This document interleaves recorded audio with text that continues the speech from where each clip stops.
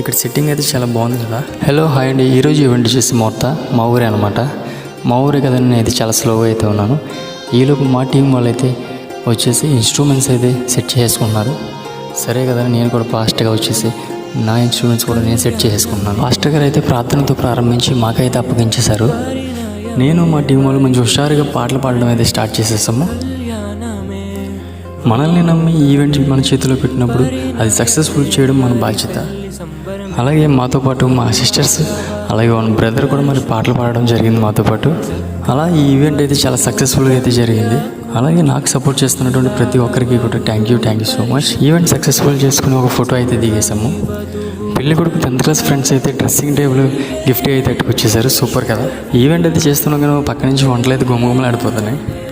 నేను మా టీం వాళ్ళు అయితే భోజనం చేయడానికి అయితే వెళ్ళిపోయాం. సో ఫైనల్లీ మీ ఇంట్లో జరిగేటువంటి క్రిస్టియన్ ఈవెంట్కైనా సరే మా టీంలో పిలవాలనుకుంటే కింద ఉన్న నెంబర్ని కాంటాక్ట్ చేయండి. Thank you so much.